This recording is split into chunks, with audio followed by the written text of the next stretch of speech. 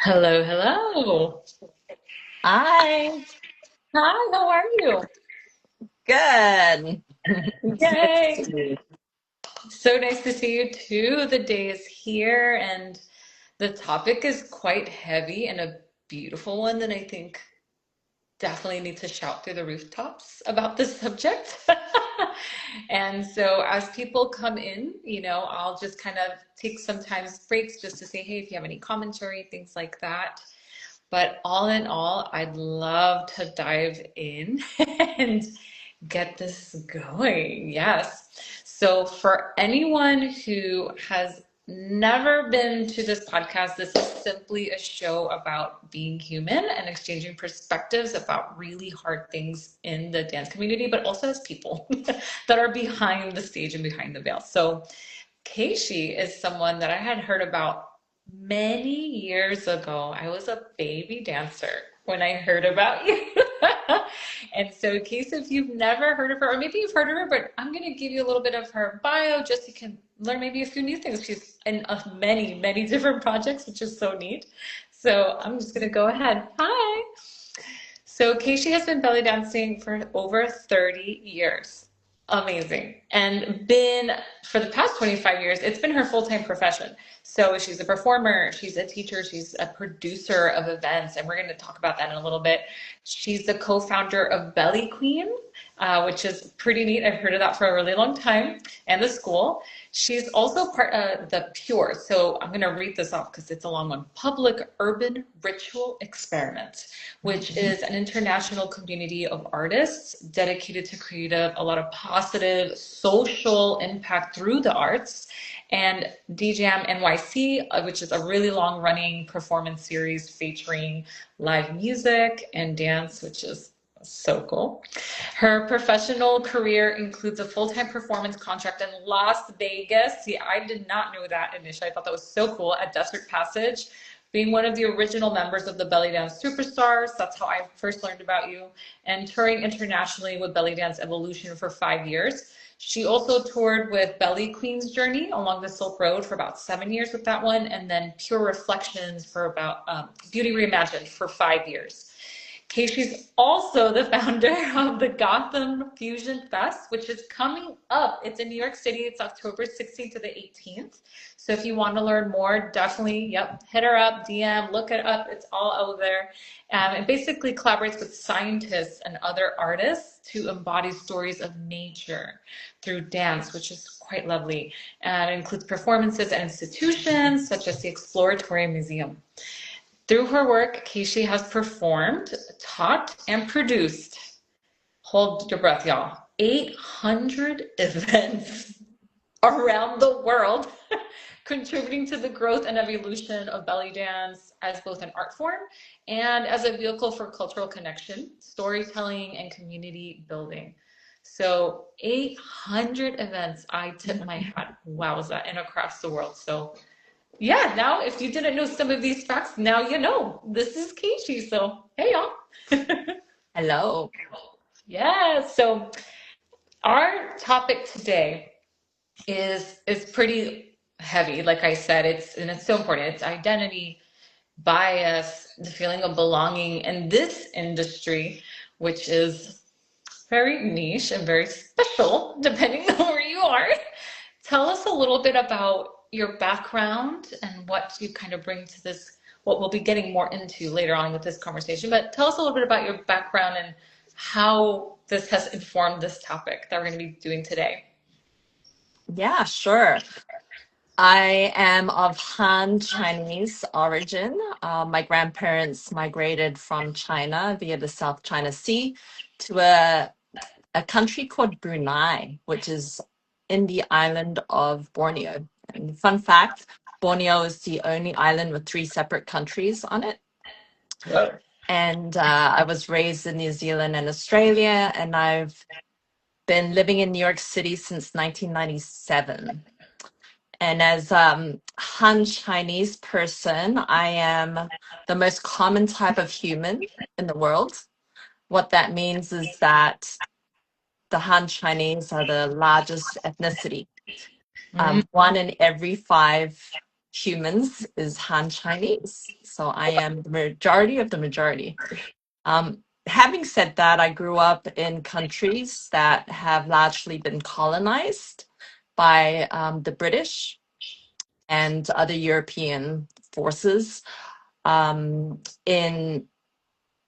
In New Zealand, that was colonized by the British, displacing and impacting the local Maori. And in Australia, in 1788, the British came and they displaced the Aboriginal people and the Torres Strait Islanders. And in America, as you know, they have greatly impacted first the Spaniards and then the British greatly impacted the Native Americans. So Mm-hmm. even though I am Han Chinese, I did not grow up in China. When Mm-hmm. I've gone to China and I've visited many times, maybe 20 times, mostly to Bellydance, actually. That's a whole other story. I just disappear into a sea of Chinese people. And living in New Zealand, Australia, America, I'm one of the racial minority. Mm-hmm. And usually white people have historically and still continue to hold positions of power and influence. Mm-hmm. Yeah. So that's shaped my perception and my Yeah. experience. Yeah. Tell us a little bit about those experiences in these places where, again, you are the minority, as you're saying. So, especially with your belly dance career, and have you ever gone and you mentioned you went and taught in Asia? So, do you have any stories or experiences going there, and what that maybe was like? Maybe it's someone asking you to go there, or was it just you wanting to go on your own and like go and teach there? How did that happen? Yeah. In 2005, I was approached by a dancer. She's actually American, raised in Ohio, and Hmm. she moved to Tokyo, Japan. Her name's Michelle, and she reached out to me and invited me to go to Japan to teach. Cool. She had been following my work about Pure, and also she was encountering an interesting situation where some of her students would say to her that she can belly dance because she's white, and they're Asian, they cannot move their hips like that. Oh my gosh. Yeah, yeah, Interesting. yeah.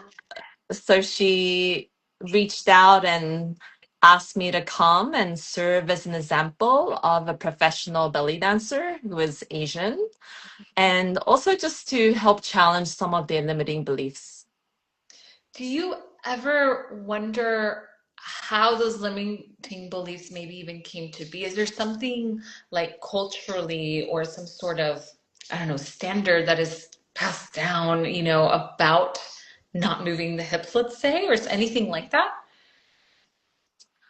Well, with my parents, they did not really support this idea of me becoming an artist, especially my father. He would say, artists only 喝西北风, which in Chinese basically means that they only drink the wind from the north west, right? And that artists are doomed to fail as Mm. somebody that can sustain themselves. And he greatly frowned upon my decision to move into art. When I was young, I really loved to draw. So I thought that visual art would be my path. This whole idea of becoming a belly dancer was actually a big surprise to me. And even though I was already touring around the US and Canada and Europe, my father would ask when I was going to retire and go back to my real job. Girl, preach. Okay. Oh, yeah, not fun. Uh-huh. Yeah, not fun at all. And so in 2006, I was headlining at a sold out showcase that was organized by a wonderful dancer called Chrissy Gisakos.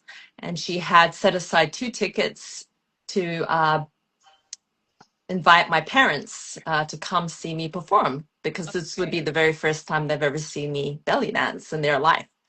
And until she waived those tickets at me, it never occurred to me that I would even invite them, Yeah. because I just kept everything really separated. And so I decided to make a test.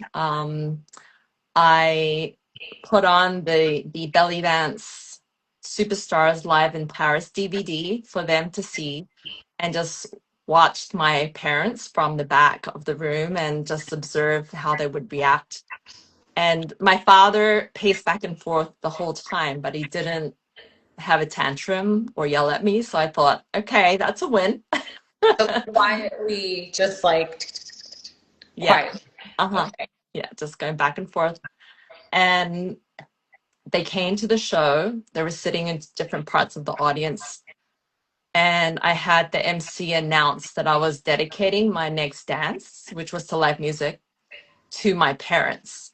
And backstage, I was just bawling, crying buckets. And I had one dancer on each side holding my hands and just, saying, there, it's going to be okay. And I was just, and just scared that if I went out there and I turned, I'd just have tears and snot flying everywhere. Oh Um, my gosh.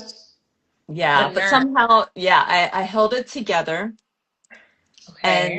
And my father didn't speak to me for 3 days. And when he did, he didn't mention the performance at all. So that was hard. Ooh, Um, okay. yeah, like I remember when I was in Paris with the Belly Dance Superstars, I saw Petite Jamila's parents sitting in the theater, and they were so excited because they're going to see their daughter perform Mm. later that night. And I remember feeling jealous. I was looking at them and I thought to myself, my parents would never do that for me. No. Yeah. Oh my gosh. 3 days. Did your mom say anything? Like, what did she say? Anything memorable? Um, she pretty much accepts that we will choose the path we choose. Um, my mom is very practical like that. She actually was a dancer when she was younger. As a hobbyist, I Oh, get my ability to create and dance from my mom. So I'm okay. gonna give her a big shout out. Oh, And it was the year following in 2007. And this was the last year my father was alive because he passed from liver cancer that year. He did see me perform in Queens with Belly Queen shortly before he passed, and he did say, good show. So it was very short, but meaningful. in a meaningful way. Yeah. Oh my goodness. Yeah, I feel like there's a lot of parallels there with so many experiences. It's different, but just bear with me. Like, there are many different cultures where it is frowned upon to be an artist, and dancer then has its own realm of things that they try to merge with it. Mhm. And like what you're saying with your parents maybe not being the most supportive ideal here. I think that's something that a lot of our listeners that resonate with, that are not, they don't have that support at home, you Mhm. know, It's or true. maybe it's a little piece of it, and that's like something. And some people have nothing and they haven't spoken to their family in decades. Mm. It's kind of all over different experiences and conversations I've had. So kind of nice to, few words at the end, but at least in a little way you kind of got those few words. Yeah, it helped me have more peace. Hmm. Some Yeah. people, they'll never get any words, so I mean, you got something. True. Okay. Oh my goodness. Curiosity. So once you taught over there in Japan, Mhm. I feel like Asia is one of the hugest markets for belly dance in general. Like, Mhm. Mhm. it's huge.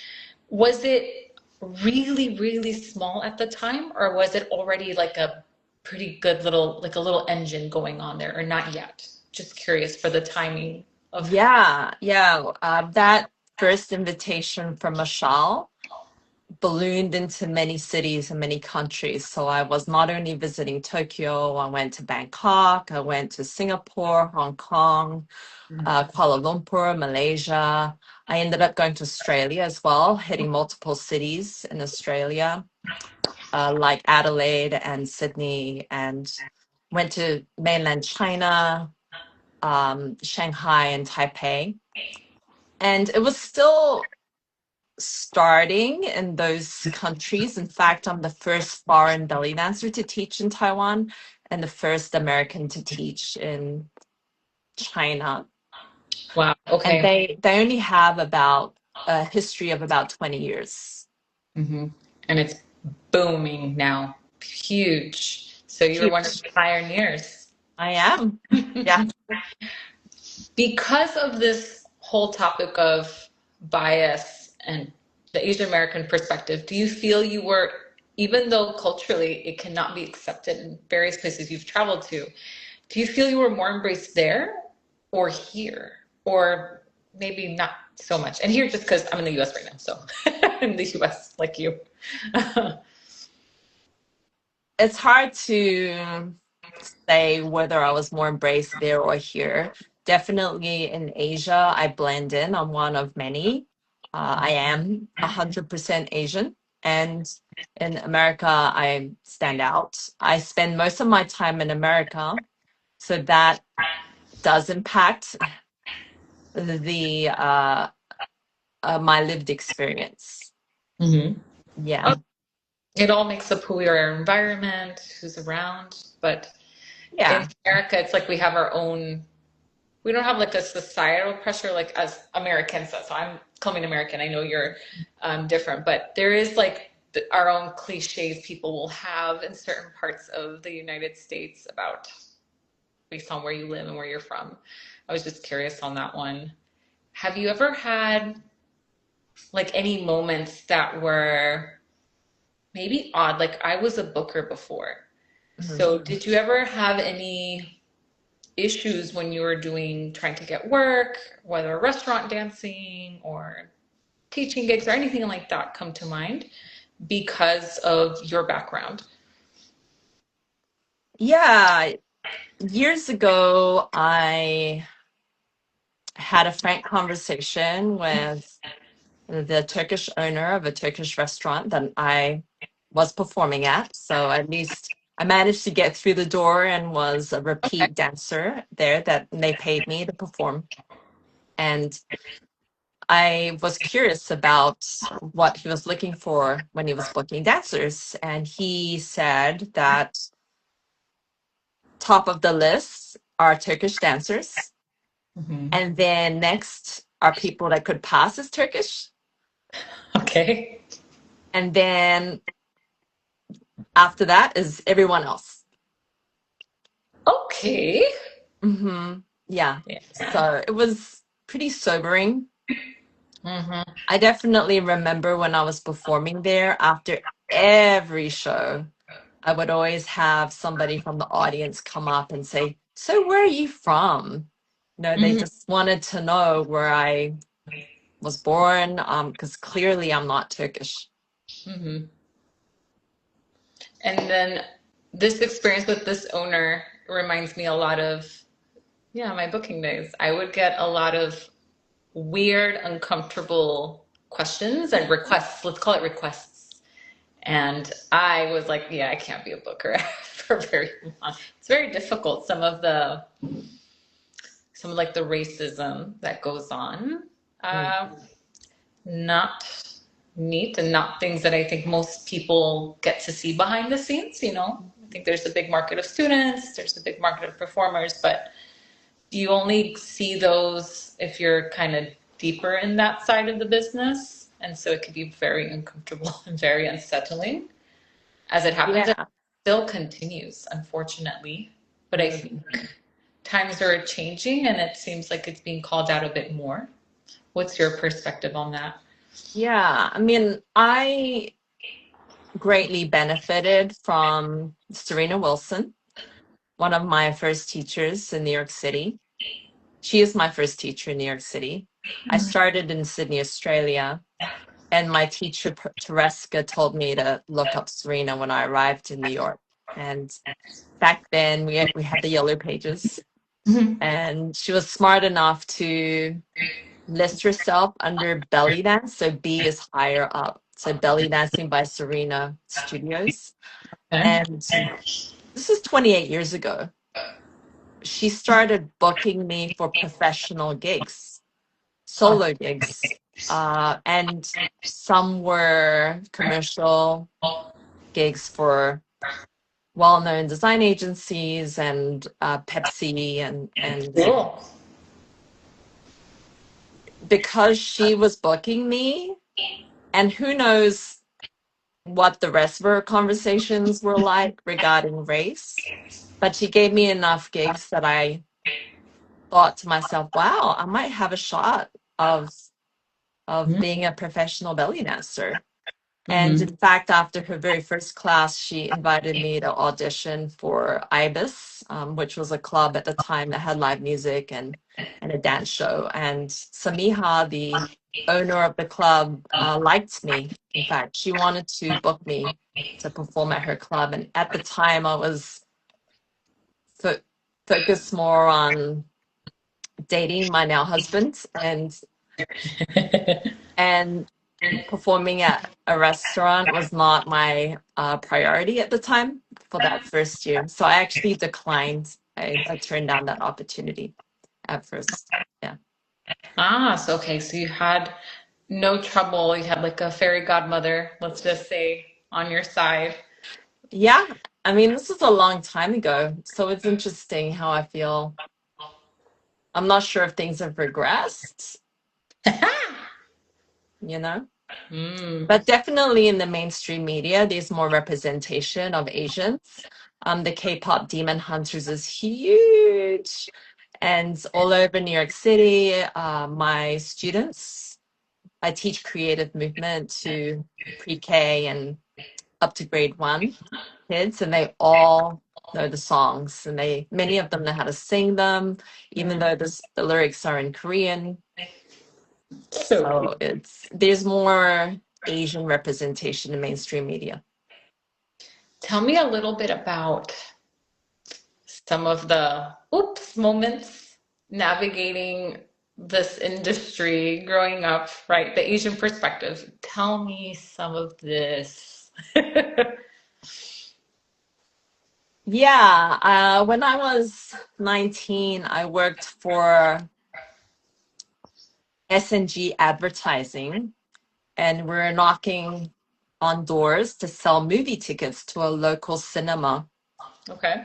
And the big sales pitch was to say, support your local business because the Japanese who own Hoyt Cinema, which is a giant conglomerate in the middle of Sydney, Okay. um, they're bad, and you need to support the local Australian business. And it never really occurred to me that I look Japanese.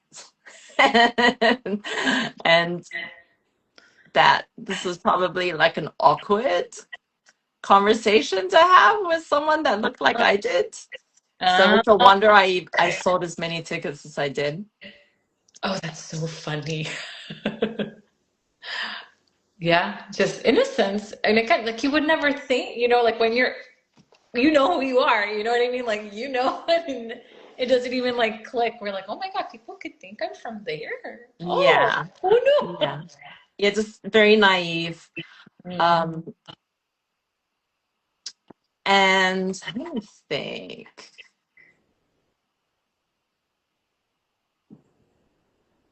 When when I was young, my mom would say to me, Keishi, if there is another person competing for the same job and that person's white, they're going to get the job unless you're twice as good. Whoa, what do you Mhm. think made her influence this way of thinking in her? Like what maybe happened, or did she ever explain? Or is it just something she would just kind of harp and you were young, so you just kind of, it gets ingrained in you type of deal? Yeah, I think she was biased because she moved to New Zealand and later Australia as a grown woman. English is not her first language. She had a strong accent. And when she was looking for jobs, it was harder for her. Hmm. And that bias informed what she told me. And that sort of thinking and mindset did influence me into believing I had to work really, really hard and go take as many classes as I could and just get as much practice in, because if I didn't, then everyone else is going to get the job, so to speak. Okay. So maybe it's similar in my culture. You work hard to get things. And so it's kind of like that mindset. Has that stuck with you that like work hard and you're gonna get XYZ? Or is that something that no longer is as present in your life now? That was the case for most of my life. I'm now 52, and I realize that I'm in the second half of my life and that time is finite, Hmm. and time is our most precious resource. It's more important than money. Hmm. So, how we spend our time, who we spend it with, that's more important than anything else. And that's influenced how much I dedicate my time to projects as well. I mean, of course, I still love dancing and different adventures. And I've started to carve out time to spend just with friends or to go out into nature and really make that a priority. I know when we talked a little bit before about you going to Japan to teach and kind of being one of the pioneers, let's say, Mhm. did you ever consider that simply by being there, maybe you're like a role model already for them? Or like how did that shape maybe your perspective about representation or not? Yeah, I'm the only full-blooded Asian woman to belly dance with the superstars. And I remember a conversation with a studio owner in Korea, and she said to me, "No, you represent us, and we're really proud of you." Yeah. Aww, that's super sweet. Yeah. It's hard to see yourself from the outside when you're inside your own body. I Hmm. do know that when I was growing up in Brunei and New Zealand, I loved Sesame Street. And that was one of the very few programs that had a diverse representation of Black and brown and Asian and white. Because when I was growing up, it was mostly white, white, white, white, white, white, white. Gotcha. Hmm. So, what do you think? I mean, maybe we already talked about what do you think was the probably the most challenging situation of all this? Because I think of, here in America, I don't think we have too many Asian Americans, for example, that have climbed to the very top in the way that you did throughout so many years now. So, was there ever a time where you were like, oh, F this right now? Like you're just so peeved, with one of those experiences? Or how, or maybe we already talked. Yeah. Yeah. Yes, absolutely. I mean, it's interesting because I can look back and it might all seem very peachy and rosy. And I do have some old journals from way back when, and I just worked so hard and I was pissed off. I was like, I want to quit. Because when you're the leader of projects, you're often the one that needs to say thank you to everyone, and is often a thankless job, you Hmm. know? And to pull off the tours that I have was many, many late nights working into 2, 3 in the morning, waking up first thing, and and taking a lot of financial risk. Mm-hmm. Yeah, like even going to Australia, which was a dream come true.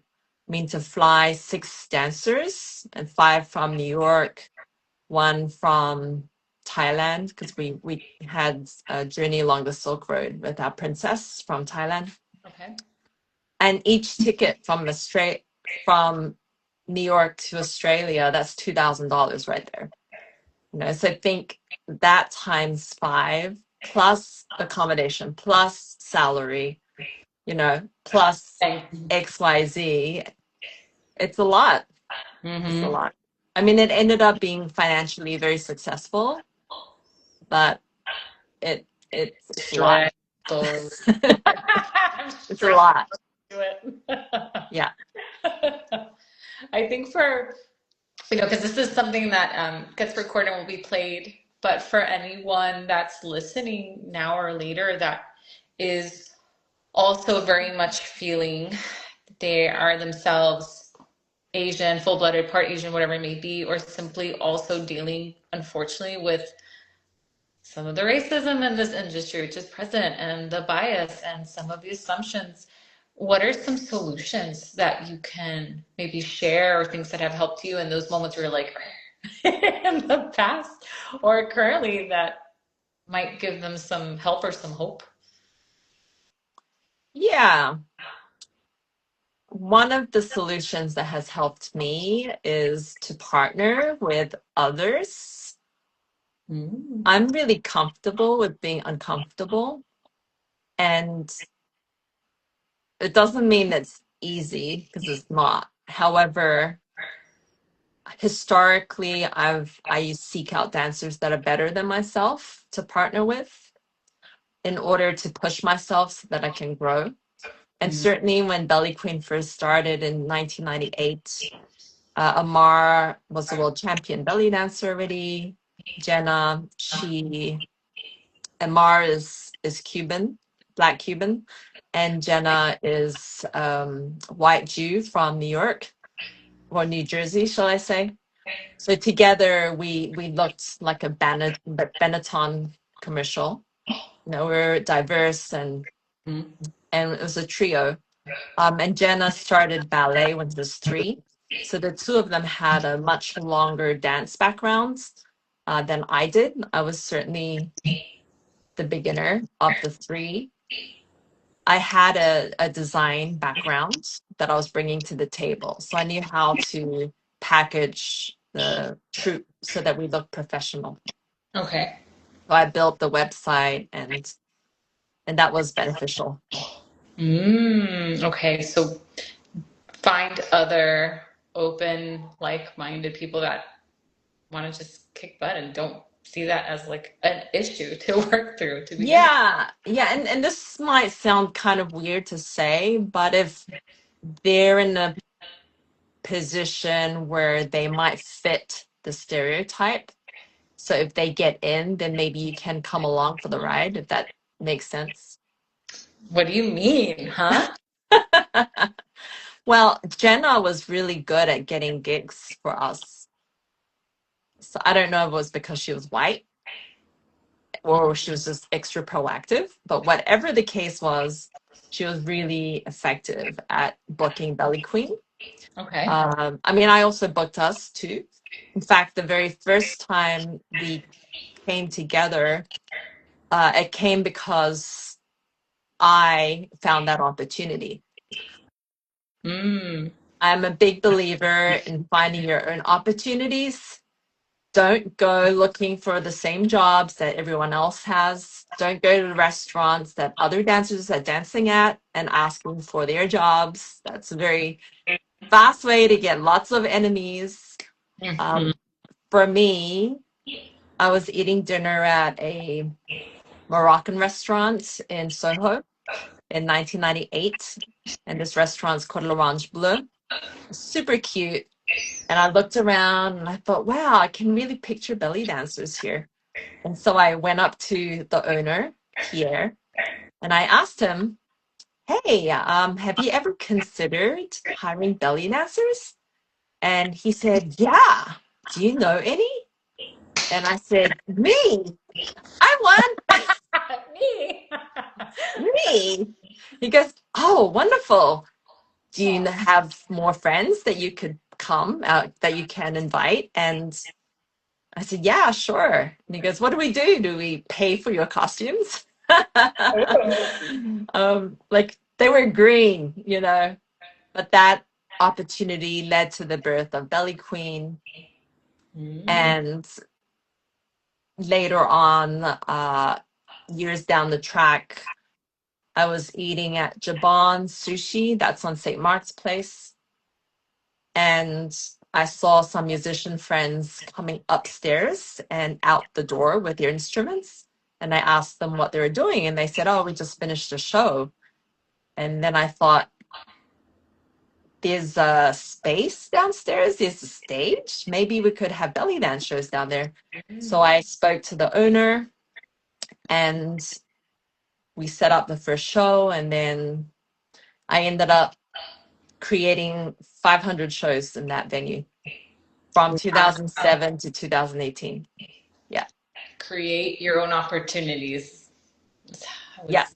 Yeah. Mhm. And think out of the box because Japan Sushi is a Japanese restaurant. It's not a Middle Eastern one. You Mhm. don't have to only present Middle Eastern dance at a Middle Eastern restaurant. That's true. Okay, creativity as well, collaboration. Mm-hmm. Are there any other things that really worked well for you when times got tough? These are great so far. Yeah. Um, Definitely, I would not be where I am today if not for all the advocates that have come forward and helped me for my career. Um, I have many, many names to thank. In fact, I wrote a list down. So, Aw. so if you find yourself in a position of influence and power, consider lifting up those who might otherwise not have those opportunities. And Mhm. for me, myself, I'd like to thank Serena Wilson. So she got me started with my first professional belly dance gigs in New York City back in 1998. I want to thank my teacher, Shoshana Mitzel. She also booked me at a place called Kush, which was in the East Village. And the owner of that nightclub, Mark Osborne, he was also very open-minded in order to hire me for his club. I want to thank Dino Bakakos from Lafayette Grill. So he is a Greek owner of a Greek restaurant, and he was very inclusive. So he booked not only me, but black dancers as well, and Love it. lots of dancers, not only professional, but up and coming dancers too. So he took a chance on me when I was pretty green. I want to thank Tamlin Dalal. Tamlin. Yeah, she put on incredible festivals in Miami called Orientalia. And she booked Belly Queen in 2001, 2002, 2003. In fact, the reason why I got picked up by the superstars was because Miles Copeland was shooting a documentary in Miami in 2003, and he saw Mara and I dancing together. And that was how he saw me on stage and then decided later on to invite me into the company. Um, I want to thank Cheryl Murphy at Desert Passage in Las Vegas. So she booked the original trio for a 6-month contract. We performed 5 shows a day, 6 days a week. So we Wow. had like 12, 2, 4, 6, and 8 o'clock shows with live bands. Yeah, I learned a lot of the very famous classical Arabic songs from that contract. Mm. Want to thank Miles Copeland from the Bellydance Superstars for inviting me into his company. Michelle in Japan, who Mm. brought me to Tokyo. Shakria from Rakasa West and Rakasa East. So she booked me multiple times and always gave my company space and opportunity to perform on her stage. Isis and Del Bartlett from Yahala Yaal in Texas. They booked me many, many, many times from 2010. So I owe them so much. Yeah, it's like a family. I should, let's see, Jelena from Bellydance Evolution. It meant the world to me that she invited me to be part of her project. So I've basically toured with Jelena about 7 years of my life. Yeah, That's crazy. yeah, yeah, yeah. It was amazing. They opened many doors and just allowed me to reach a wider audience. Yeah. Um, while I'm here, I'll just shout out a few more. Oh, hi, Sonia. Thank you for listening in. Sonia's coming to New York City in Ooh. June. Yeah, yeah. Sonia Ochoa in the house. Um, yeah, when I lived in Oakland, California from 2022 to 2024, I was really surprised that some local dancers who were putting on their own events and festivals invited me to help headline as a teacher, like Terry Ann from Sirens Fest, Jennifer Cooper from Belly Dancer of the Year, Michelle Crown, and Adriana Rodriguez from Capital City Rocks. I want to give out a shout out to Gina Grandi from Opulent Temple. I want to shout out Janelle Rodriguez from Desert Dream Dance in Santa Cruz. Um, yeah, and thank you to Nicole Maria, Zoe Jakes for inviting me to be part of their show at Berber. And and then I'm really super grateful for Phaedra Darwish from Chicago. She recommended that I speak with you or you speak with me, and she sponsored me for workshops in Chicago earlier this year. Lisa Aliza from Hips on the Hudson. I'm going to be teaching up there in Sunday, May 3rd, and that's in Poughkeepsie, New York City, New York, Poughkeepsie, and Mir Korean from Pomegranate Studios. I will be teaching and performing in Santa Fe October 8th and 11th Okay. this year. Oh, Yeah, it's a so many long girls. list. And most of those people that I shouted out have been white. Hmm. Interesting, Yeah, huh? they're white advocates. They're helping other Yeah. people who don't necessarily have as much influence. Mm-hmm. Oh, that's so beautiful. We'll have to tag as many as we can after this for sure. Mhm. So lovely. That's true. Getting the support. I just had a conversation with another colleague about that last week, where him with his background, he cannot be so open even about marketing himself. So it Mhm. really is about others. Like he's almost like different scenario, but it's almost dependent on others to help him even have his career. So the influence and the way that when people come to bring together and like believe in you, it's so beautiful. And in this case, people that are not anyone, they're not even Asian, again, just bolstering it because Oh, yeah. I mean, the list, I have such a long list. Like, that's just like a the little. tip of the iceberg. Yeah. Yeah. I have a lot to be grateful for, and I thank you for asking me to speak about this topic because it's enabled me to reflect on my career and who have helped me, and that's just really given me a greater sense of gratitude. Yeah. No, my pleasure. Something I was curious about while you were chatting is you mentioned that you have little ones that you teach. Mhm. Is there anything that you're doing? I don't know, where these little ones, how little are the little ones? I've seen a couple posts, I feel like, on Instagram, and they were little. But is there anything that you guys do because you are artists and you work with all this that you do to bring cultural awareness from your perspective to them? Or because New York is just so cool. There's a lot Mhm. of fun programs there. Is there any work that you do with the children at all?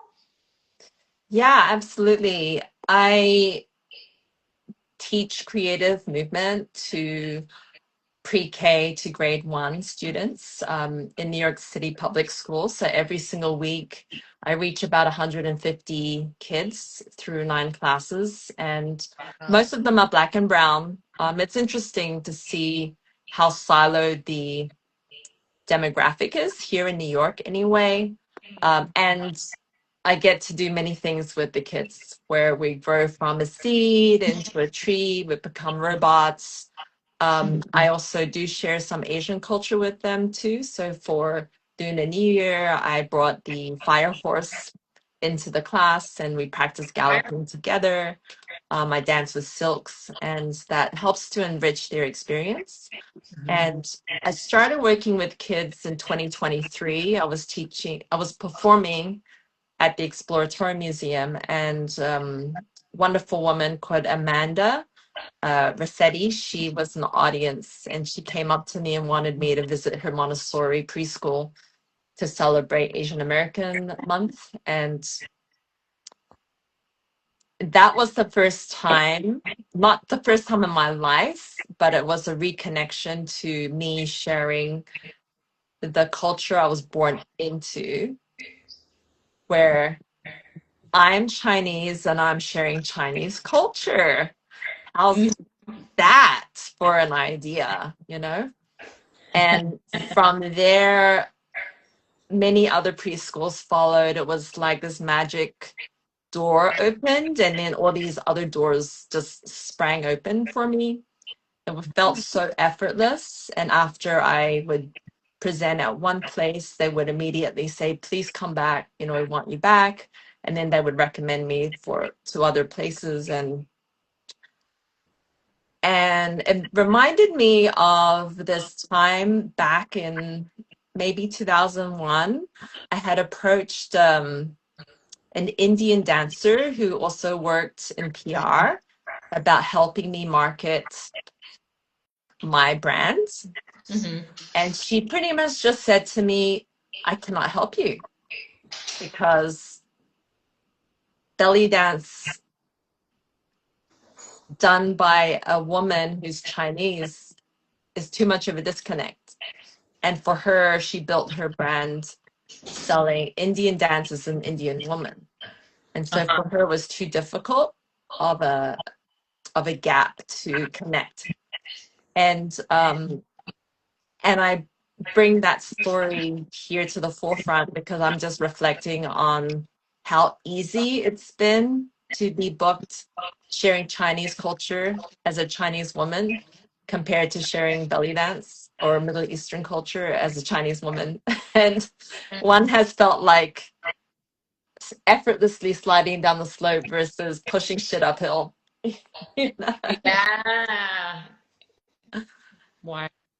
But yeah, that's how it can feel for I think so many people when you don't look, or are Middle Eastern. It's like you're breaking barriers to get booked. Like just because of the way you look, you could be the best freaking dancer in the world, the most professional, the most ethical, the exquisite, charismatic, and it's just like to get the opportunity Yeah. to I get. mean, I do kind of get it because it is linked to the culture. If I go to a Chinese restaurant and I see someone who's not Asian at the Chinese restaurant cooking, Mhm. then I sometimes wonder, like, I wonder how the food's going to be. Uh-huh, uh-huh, uh-huh. So I do understand that there's bias that can work in other ways as well. You know, that somehow if you go to a Thai restaurant and they're Thai, somehow the food feels and tastes more authentic, Yeah, right? the different, yep, sides of the coin for sure. I think that you hit it there, that word bias. We all have them, whether we realize it or not. Yeah, yeah. But maybe as you're talking about these solutions, these things that you've done, which I think are really inspiring, like creating your own opportunities if you Mhm. do feel like you don't have to stick to the mold, etc. But where was I? Oh, I just lost my train of thought. Oh, it'll come to me, sure. Yeah, I remember years ago I was in Cairo And I went to a Chinese restaurant. I remember thinking, I was holding my breath, like, I wonder what this is gonna be like, you know? And actually they were Egyptian working at the restaurant as waiters in the kitchen and you know. So it was like reverse. Yeah. Reverse. Was it yummy? It was okay. It wasn't great. Oh, now I remember. So just about like there's biases that we are aware of, and there are biases that we maybe are not aware of. And maybe after listening to this conversation, hearing some of the things you've been through, maybe this is a good way for people just to have as a solution reflect. I think we could all always reflect and reanalyze on what biases do I carry? What assumptions am I making? Has there something that I'm doing in my business that maybe I should just break the mold and create differently? You know, like these are all things that question, question and keep learning and have an open mind. That's always a good way to try to solve some deeper issues too. Yeah, Belly Queen, the company, had representation of different ethnicities from the beginning, and as a result, our school historically has a large, it's super diverse, the population of our students and also the people who come see the shows. That's not something I've ever been concerned with. My fellow colleagues, some who are white women in New York, they've noticed that their student body is more siloed, not necessarily so diverse.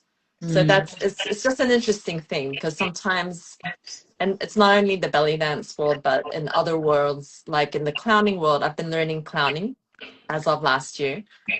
I'm an awakening clown, and this past weekend, there was an online clown conference, and they were talking about decolonizing clown because most clowns are white, and there are very few colored clowns. There are very few black clowns. There are very few Asian clowns, Hmm. and they're trying to figure out how to bring up the next generation. So in the world of clown, they I've noticed scholarships for people of color or half scholarships where people can pay half price just to encourage more diversity. Hmm. Hmm. So I know that this conversation is continuing. Yeah, that's awesome. Clowning. Oh, we'll have to do a follow-up just on that. I highly recommend it. So fun. Yeah. It sounds like it would be. Oh my gosh. I wish they had something close to that, here for that. Would be amazing.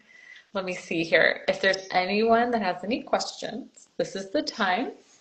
I'd love to see, just, let me do a real quick check. I have some highs.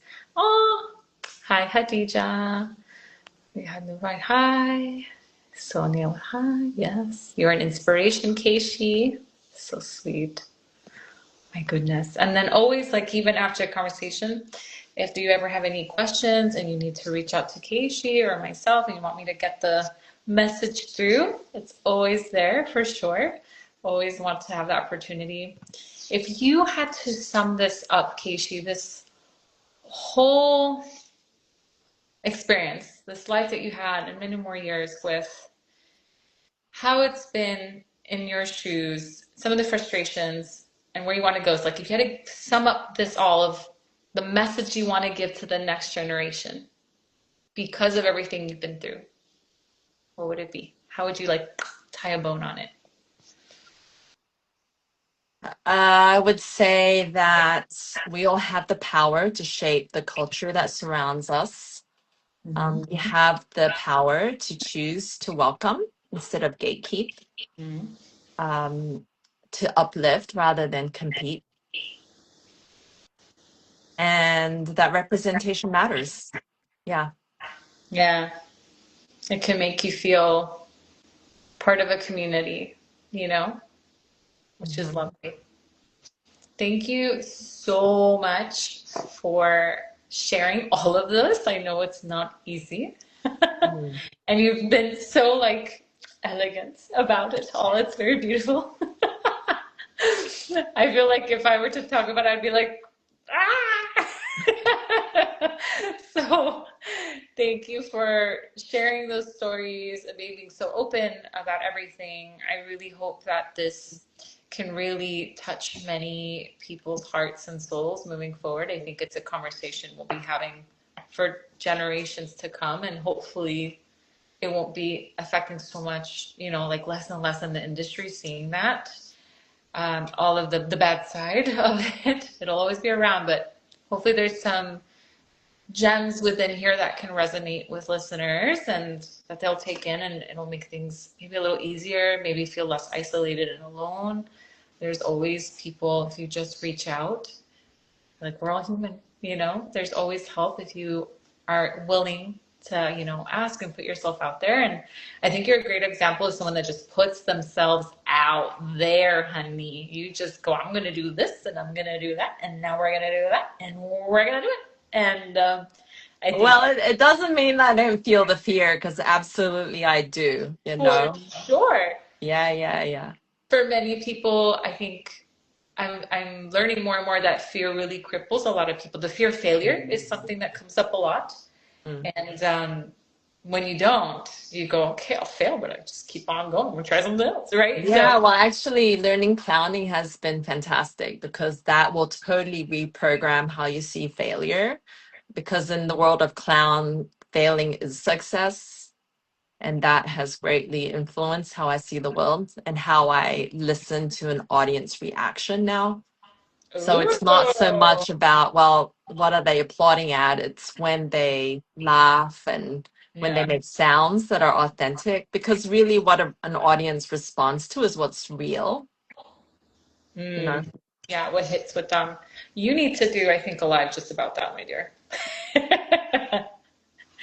So for that everyone, about embracing failure. yeah, and clowning and dancing and what you've learned from it, that'd be so cool. So cool. So for everyone that's been listening or that will listen to this after work, after they're done putting the kids to sleep or eating, thank you so much for listening. Thank you much, Kaeshi. Thank you so, so much. And may we just always remember that we can always reach out and have each other. We are not alone. Bye, everyone. Bye. Thank you. Thank you.